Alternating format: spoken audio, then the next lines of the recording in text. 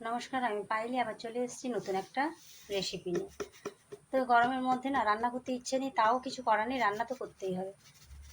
রান্না না করলে খাবে কি, রান্না না করলে খাবে কি সেটাও যেমন কথা। তো যে রান্না করলেও খাবে না, তো বাচ্চা কাচ্চা আছে, তো খাবে। অনেকদিন থেকে বলছি সুজির উপমা বানা। আমার মেয়ে সুজির উপমা খুব প্রিয়। চিড়ের পোহা, মানে পোহা যেটা বলা হয় এটা, আর সুজির উপমা এগুলো খেতে প্রচণ্ড ভালোবাসে। তো আমি আজকে বানাচ্ছি সুজির উপমা। সুজিটাকে ভালো করে লাল করে ভেজে নেবো, একবারে একবারে যেন লাল হয় সুজিটা। কিন্তু নাড়তে হবে অনবরত, কারণ সুজি ভাজতে ছেড়ে দিয়ে কোথাও চলে গেলে পুড়ে যায়। এই কারণে সুজি ভাজার সময় কাছে দাঁড়িয়ে থাকতে হবে এবং অনবরত নাড়তে হবে যাতে পুড়ে না যায়। খুব কড়া করে ভালো করে ভেজে নিতে হবে। তো তেল দিয়ে ভাজতে পারো, আমি শুকনো কড়াই ভেজে নিচ্ছি লাল করে। তোমরা যদি তেল দিয়ে ভাজতে চাও তো ভাজতে পারো। খুব সহজ রেসিপি, বাড়িতে থাকা জিনিস দিয়ে বানাতে। দেখতে পাচ্ছ সুজিটাকে লাল করে একবারে ভেজে নিয়েছি। আমি কিন্তু তেল ব্যবহার করিনি, তোমরা যদি তেল দিতে চাও তো দিতে পারো। এবারে করবো মসুরের ডাল। এটা সাধারণত মুগ ডাল দিয়েই হয়, তো আমি বললাম না প্রথমেই যে বাড়িতে থাকা জিনিস দিয়ে বানাবো। তো মসুরের ডালটাকে আমি ধুয়ে রেখেছি। তো ধুয়ে রেখেছিলাম, এটা একটু অল্প জল দিয়ে নুন দিয়ে সেদ্ধ করে নেবো। বেশি জল দেবো না, যেন গলা সিদ্ধ না হয়, গোটা গোটা থাকে এবং সেদ্ধ হয়ে যায়। তো এটাকে আমি 5-7 মিনিট সেদ্ধ করে নেব। ডালটা সেদ্ধ হয়ে গেছে, জলটা একটু তোকাবে, একবারে সুন্দর শুকনো। ডালটাকেও সেদ্ধ করে নামিয়ে নিয়েছি, দেখতে পেয়েছো কেমন সেদ্ধ হয়েছে, দেখেই বুঝতে পেরেছো শুকনো শুকনো। ওই কড়ার মধ্যে সাদা তেল দিয়ে দেবো।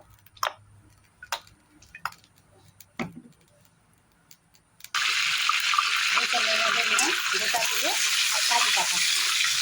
যখন সাদাটা ভাজা ভাজা হয়ে যাবে আর দেবো দুটো শুকনো লঙ্কা। তো আর দিলাম শুকনো লঙ্কা।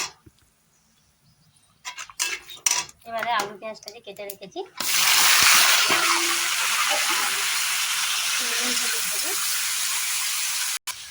এবারে জিটটা কমিয়ে ঢাকা দিয়ে লাল লাল করে ভেজে নেব, যাতে সেদ্ধ হয় আর ভাজাও হয়ে যায়। খুব মানে আমি গলা সেদ্ধ করবো না, মোটামুটি একটু ভেজে নেব। আলুটা লাল লাল করে সেদ্ধ হয়ে গেছে, মানে ভাজা হয়ে গেছে, সরি, আর সেদ্ধ হয়ে গেছে আলুটাও, কিন্তু ফাটিনি।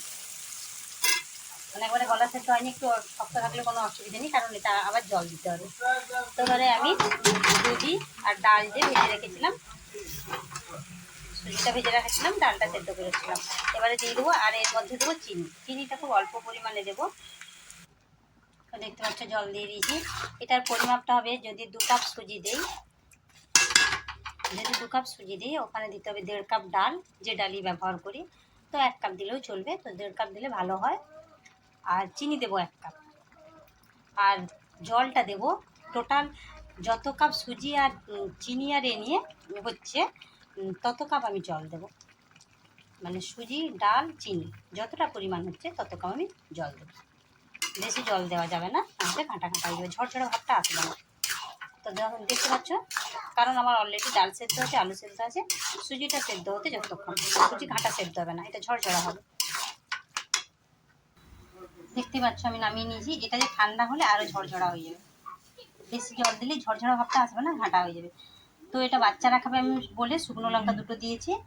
যদি বড় মানুষ খায় তো কাঁচা লঙ্কা একটু পরিমাণ মতো দিতে হবে, দিলে ঝাল মিষ্টিটা ব্যালেন্স আসলে এটা খেতে ভালো লাগবে। তাই খুব বেশি মিষ্টি লাগলে ওটা খেতে ভালো লাগবে না।